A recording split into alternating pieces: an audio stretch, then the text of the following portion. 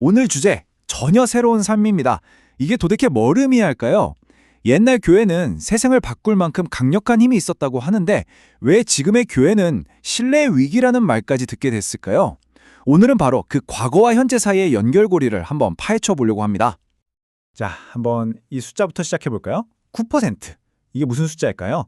출처에 따르면요. 오늘날 기독교인이 아닌 사람들이 교회를 신뢰하는 비율이 바로 이렇다고 합니다. 9%라? 정말 좀 충격적인 숫자 아닌가요?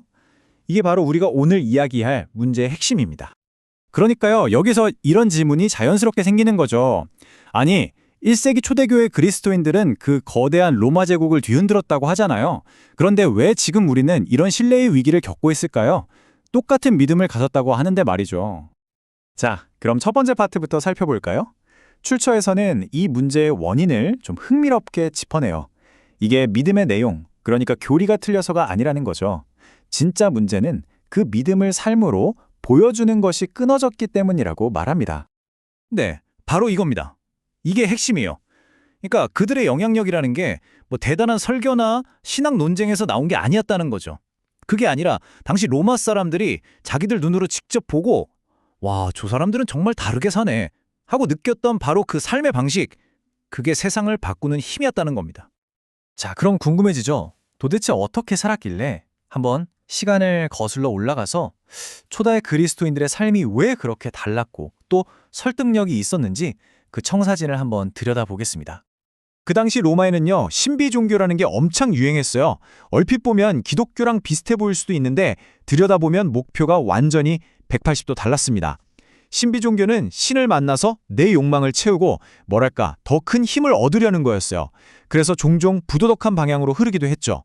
그런데 초대 그리스도인들은 정반대였습니다. 하나님을 만나서 나를 바꾸려고 한 거죠. 바로 이 문장의 그 차이를 딱 보여주네요. 포커스가 나의 욕망이냐 아니면 나를 넘어선 하나님이냐. 이건 정말 근본적인 생각의 전환이었던 거죠. 그리고 이게 그냥 생각에서 그친 게 아니라 실제 삶으로 나타났다는 게 중요합니다. 출처를 보면요. 이 사람들은 성적으로 문란했던 당시 문화랑 다르게 도덕적이었고 노예든 귀족이든 상관없이 모든 사람을 존중했어요. 심지어 전염병이 돌아서 다들 도망갈 때 아픈 사람들을 돌봤다고 합니다. 한번 상상해보세요. 이런 모습들이 당시 로마 사회에 얼마나 큰 충격을 줬을까요? 자, 그런데 여기서 우리가 흔히 하는 오해가 있어요. 와, 그럼 초대교회는 완벽했겠네?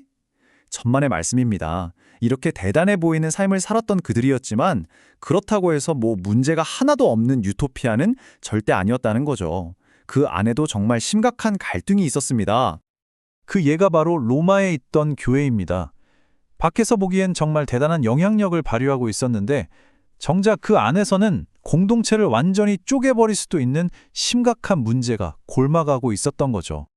이 표를 보시면 당시 갈등이 뭔지 한눈에 보입니다. 한쪽은 믿음이 강한 자, 다른 쪽은 믿음이 약한 자라고 불렸어요. 근데 여기서 중요한 건 뭐 고기를 먹어도 되냐 안 되냐, 어떤 날을 지켜야 하냐 마냐 이런 규칙 자체가 문제가 아니었다는 거예요. 출처가 딱 짚어내는 진짜 문제는 뭐였냐면 서로를 대하는 태도였습니다. 강한 자들은 약한 자들을 보고 아유 답답해 하면서 무시했고 약한 자들은 강한 자들을 보면서 저렇게 살아도 돼? 하고 비판했던 거죠. 이 서로를 향한 무시와 비판, 이게 공동체를 좀먹고 있었던 겁니다. 자, 그럼 이 심각한 내부 위기 어떻게 해결했을까요? 여기서 출처는 사도 바울이 제시한 해결책에 주목하는데요. 그게 바로 복음 중심의 해결책입니다. 바울의 진단은 정말 날카로웠어요. 한마디로 너희들 입으로는 복음을 믿는다고 하면서 왜 서로 관계 맺을 때는 그 복음이 하나도 적용이 안 되냐. 이거였죠. 머리로 아는 믿음이랑 실제 살아가는 삶이 완전히 따로 놀고 있었던 겁니다. 그게 모든 문제의 시작이었어요. 그래서 바울이 이 사람들의 생각을 확 바꿔놓기 위해 이런 단계를 제시합니다. 한번 들어보세요. 첫째, 네가 지금 무시하고 비판하는 바로 그 사람을 위해서도 그리스도가 죽었다. 둘째, 그 사람의 주인은 네가 아니라 하나님이다. 그러니 마지막에 판단하는 것도 하나님이지 네가 아니다. 그리고 마지막 셋째, 그러니까 네가 할 일은 판단이 아니라 하나님이 그 사람을 받아주신 것처럼 너도 그냥 받아주는 거다. 와, 정말 반박할 수 없는 논리 아닌가요? 이 말이 참 깊은 울림을 주죠. 진짜 건강한 공동체라는 건 아무 문제가 없는 깨끗한 곳이 아니구나. 오히려 문제가 터졌을 때 그걸 가지고 다시 신앙의 가장 핵심으로 돌아가서 해결할 힘 있는 공동체. 그게 진짜 강한 공동체구나 하는 거죠. 자, 이제 마지막 파트입니다. 지금까지 살펴본 이 역사 속 교훈을 맨 처음에 이야기했던 오늘날의 신뢰 위기 문제와 한번 딱 연결시켜 보겠습니다. 출처의 결론은 굉장히 단호합니다. 오늘날 교회가 신뢰를 잃은 이유? 그거 2000년 전 로마 교회가 겪었던 문제랑 똑같다는 겁니다. 원인이 같다는 거죠. 한마디로 세상과 다른 삶을 살아내지 못하기 때문이라는 거예요.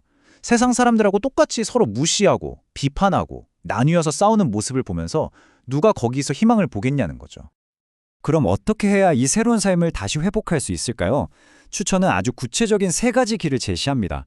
첫 번째는 복음을 그냥 한 번 듣고 아는 데서 그치는 게 아니라 정말 끊임없이 다시 들어야 한다는 겁니다. 두 번째는 그 메시지에 그냥 감동받는 걸 넘어서 완전히 사로잡혀야 한다고 말해요. 그리고 마지막 3번째는 다르게 살기 위해서 의식적으로 그리고 아주 적극적으로 훈련해야 한다는 겁니다. 저절로 되는 게 아니라는 거죠. 오늘의 이야기는 이 질문을 던지면서 마무리할까 합니다. 출처에서는 복음을 위대한 이야기라고 표현하는데요. 여러분, 한번 생각해 보세요. 한 사람의 인생을 그리고 한 공동체를 뿌리부터 완전히 바꿔놓을 만큼 그렇게 강력한 이야기라면 과연 어떤 이야기여야 할까요? 이건 우리 모두가 한 번쯤 깊이 생각해 볼 만한 질문인 것 같습니다.